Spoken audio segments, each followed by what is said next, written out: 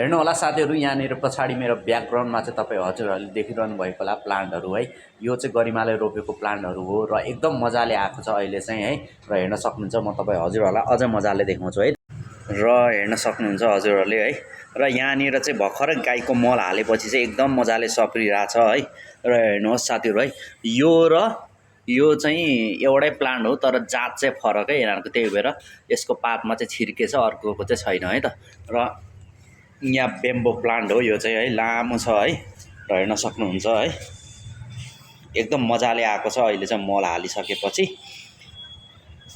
र हेर्न सक्नुहुन्छ यहाँनिर है, एकदमै राम्रो छ। यता यो पनि बेम्बो प्लान्ट हो है, बढ्दैछ। यो चाहिँ अर्को खालको बेम्बो प्लान्ट है साथीहरू है। खालको हुन्छ, प्लान्ट एउटै भए पनि जात चाहिँ फरक हुन्छ है साथीहरू। यो पनि बेम्बो प्लान्ट हो र यो पनि बेम्बो प्लान्ट हो है, उस्ता उस्तै छ, तर यो चाहिँ पहेँलो छ है त साथीहरू। र हेर्नुहोस् साथीहरू प्लान्टहरू है।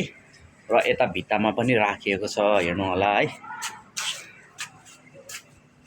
र अब अझै म तपाईँ हजुरहरूलाई देखाउँछु है त। हेर्नुहोस्, यता पनि छ फुलहरू है।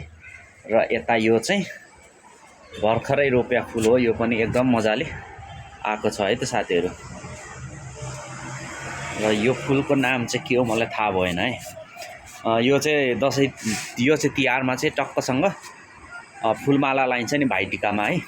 र यस्तै साथीहरू है, प्लान्टहरू एकदम मजाले आएको छ अहिले।